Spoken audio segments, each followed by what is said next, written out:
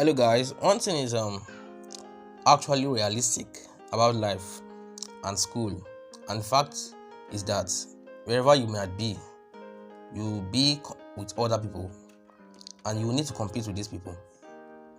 When I was back in school, we were taught one course called biology, and it entails talking about life and behavior and characteristic of living things.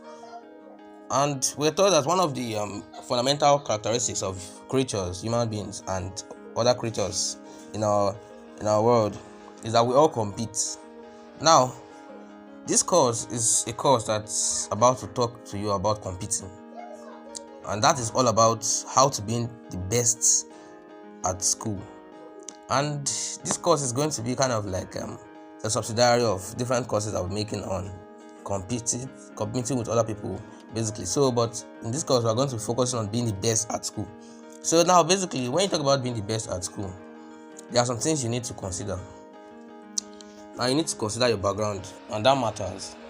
Now, I hate to say this, but fingers are not equal. So that is the annoying fact about life. Fingers are not equal, and your background matters. When I was younger, my parents told me that I was very smart, and when I was growing up, I still reflected that smartness in me. Now, some people are born with an ability to be very intelligent. Some others are born with an ability to be not so intelligent. You need to understand your background. It's time to sit down and think. Go to your parents, ask them, how were you when you were younger? Now, every human being has its own roots.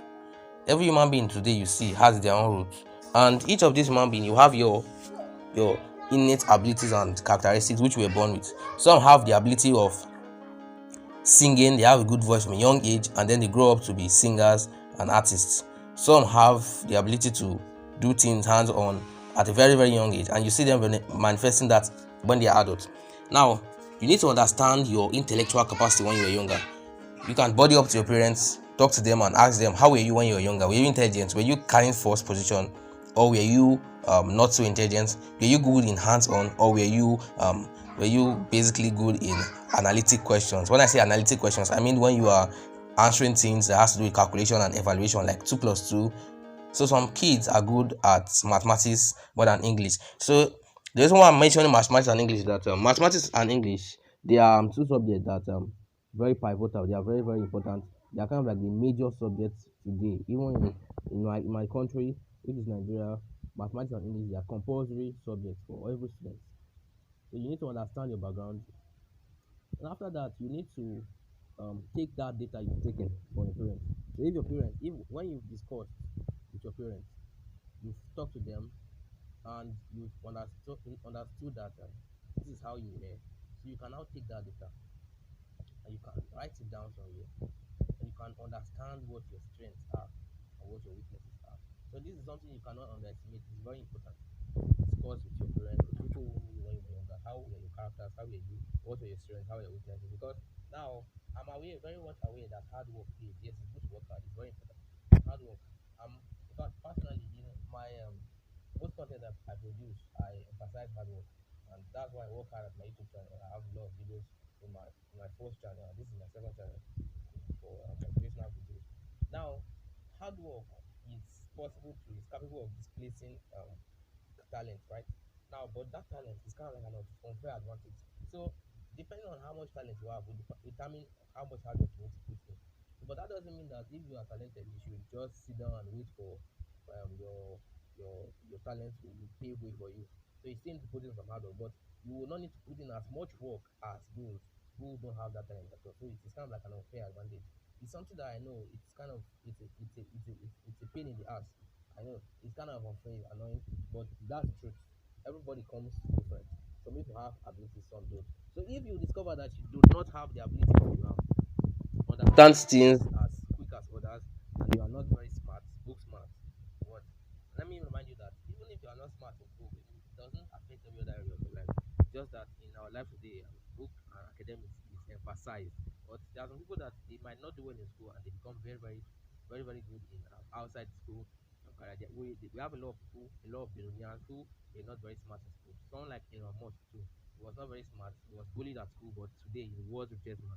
So it doesn't affect your life achievements, your life capabilities. The fact that you might not be academically smart does not mean that you are going to be a dumb person in your life. So, but being academically smart, it's kind of like an advantage because even in life, it gives you kind of advantage, it gives you a leverage.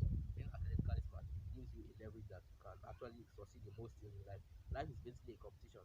So life is a competition, and you need to understand that the more advantage you have to win that competition, the better will be your generation. So that's basically how it is.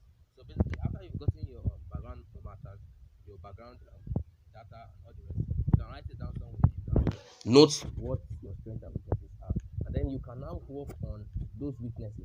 So ask yourself, are those weaknesses relevant for my life?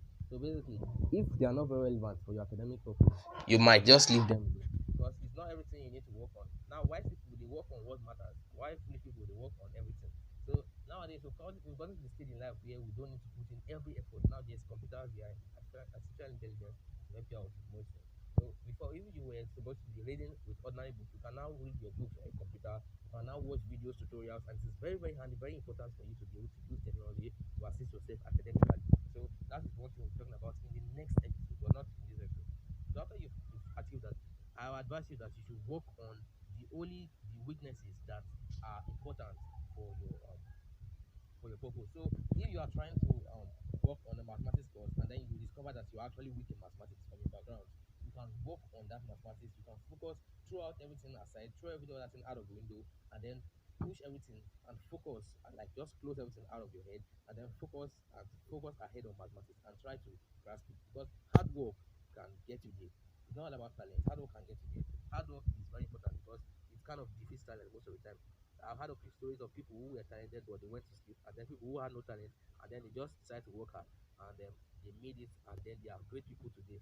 So don't believe that you cannot do it. Anybody that makes say you are done, don't believe. Nobody has any right to determine your actual achievements in life. It depends on how hard you work, and how ready you are to change your lifestyle and then to be successful in life. So let's come back to academics. When you've identified your weaknesses, you need to know the ones that are related to your points in life. So that's the second stage of this video. You need to know the part of your weaknesses. So identify those weaknesses that are relevant for you to work on. So when you identify those weaknesses that you need to work on, you can now begin to work on them, and you can identify the techniques you can use to work on them. So and these techniques you can use to work on them, they are um, there are different techniques you can use. For example, you can watch motivational videos, and you can use your computer to read books and techniques. These are help you grasp techniques to master stuff. For example, you have from www.pdf drive. So I will always put that in the links of description of this video. So there are always ways of actually enhancing your reading. So after doing that, so basically you continue to work on those weaknesses till they become strength. So this is where the stage of consistency comes in. And we're going to talk about consistency in another episode of this video. But I hope you've enjoyed this aspect. So as a summary, let's go over all the points we've talked about in this video. First of all, I talked about the fact that your background matters. So basically, I said go back to your roots. Go to your roots, and when you go to your roots, you identify your weaknesses. So identify your weaknesses and your strengths. When you've done that, you've identified your strengths and your weaknesses. You can now begin to write them down. So write those things down, and then you separate them. Which ones are weaknesses? Which one are strengths? So when you finish writing them down, you can now think of the ones that matter. So analyze them and think of the ones that matter. So which one of those strengths, which one of those weaknesses do you need in your particular area of life? So if you are studying mathematics course, or you are studying engineering, or you are studying computer science, you will need more of mathematics, you will need more of computer, you need an analytic mind, you need an ability to think abstract concepts, because computer, some of the things that computers do, there are things that we cannot see. So you will need to understand which of them are actually needed. So after you've actually determined which one are needed, you can now begin to work on your weaknesses, work on those weaknesses. So work.